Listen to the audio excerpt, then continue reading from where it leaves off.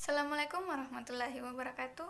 Perkenalkan, nama saya Tiara Rahmarisman, eh, salah satu mahasiswi dari UIN Alauddin Makassar, jurusan Kimia. Baiklah, di sini saya akan menjelaskan sedikit apa sih itu diksi. Di sini, diksi bisa diartikan sebagai kata pilihan atau diksi ini adalah pilihan kata yang paling tepat atau selaras pada penggunaannya guna mengungkapkan gagasan agar mendapat efek tertentu seperti yang diharapkan. Atau bisa juga kita artikan sebagai pilihan kata pembicara ataupun penulis ketika membuat sebuah cerita yang telah dibuatnya. Dengan adanya diksi ini, maka kata menjadi lebih jelas sehingga kata tersebut terasa tepat yang sesuai pada penggunaannya. Selain itu, ketepatan pilihan kata atau diksi ini bertujuan untuk tidak menimbulkan interpretasi atau tafsiran yang berbeda antara si penulis dengan si pembaca. Di sini ada pun pembagian diksi, yaitu sinonim, homonim, homofom, homograf, antonim, kata umum, dan kata khusus. Di mana sinonim ini bisa diartikan sebagai persamaan kata atau persamaan makna. Sinonim ini adalah suatu kata yang memiliki bentuk yang berbeda namun memiliki arti atau pengertian yang sama atau mirip. Seperti contohnya, itu kredit sama dengan mencicil, atau berdusta sama dengan berbohong. Contoh sinonim dalam kalimat itu yaitu mobil Pak Tono dibeli dengan cara kredit karena ia lebih suka mencicil daripada membayar penuh. Yang kedua itu homonim. Homonim ini bisa diartikan sebagai suatu kata yang memiliki makna yang berbeda tetapi ejaannya yang sama. Contohnya itu genting. Genting itu bisa juga diartikan sebagai gawat, bisa juga diartikan sebagai atap rumah. Contoh kedua itu rapat. Rapat itu ada rapat pertemuan, atau rapat yang tidak renggang, solid, bisa dikatakan solid juga. Dimana yang ketiga ini adalah homofon. Homofon ini berasal dari kata Yunani, yaitu homos dan fon. Yaitu homos berarti sama dan fon itu berarti bunyi. Dimana homofon ini adalah kata yang diucapkan sama dengan kata lain tetapi berbeda dari segi maksud atau maknanya. Contohnya itu seperti rok. Rok itu pakaian, bisa diartikan sebagai pakaian. Rock itu bisa juga diartikan sebagai aliran musik, rock and roll. Contoh ketiga itu bank, tempat penyimpanan uang.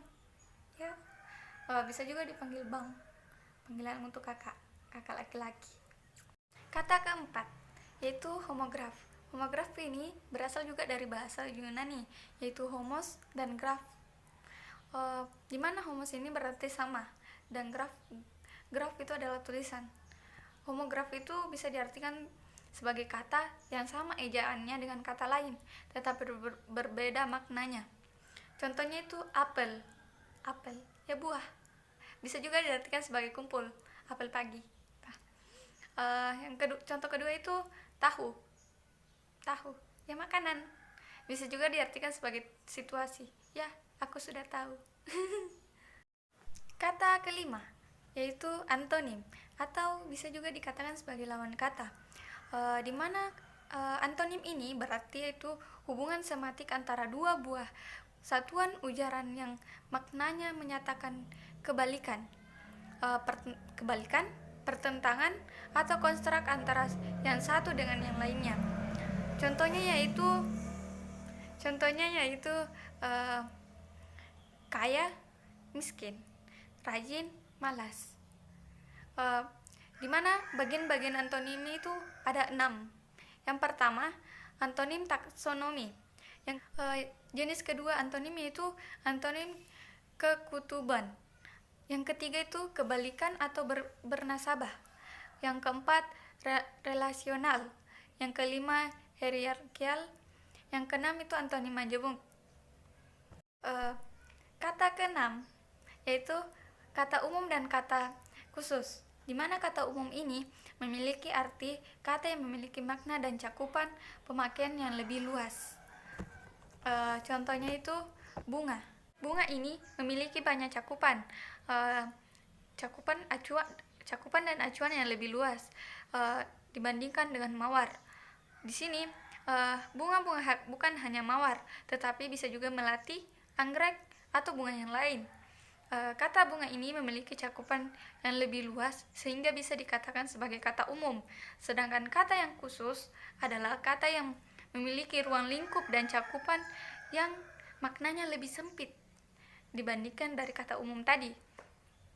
Contohnya yaitu melihat. Melihat itu termasuk sebagai kata umum, sedangkan kata khusus untuk kata umum melihat yaitu menengok, menyaksikan, melirik, memandang, mengamati, dan memperhatikan bisa juga diartikan sebagai yang lain. Kata-kata tersebut ini dikatakan sebagai kata khusus karena ruang lingkupnya lebih sempit dan cakupannya juga lebih sempit. Mungkin itu tadi yang sempat saya jelaskan sedikit tentang diksi atau pilihan kata. Semoga bermanfaat bagi kita semua. Kita bisa membedakan pilihan-pilihan kata yang mana yang cocok untuk sebuah kalimat yang akan kita buat atau cerita yang akan kita buat nantinya.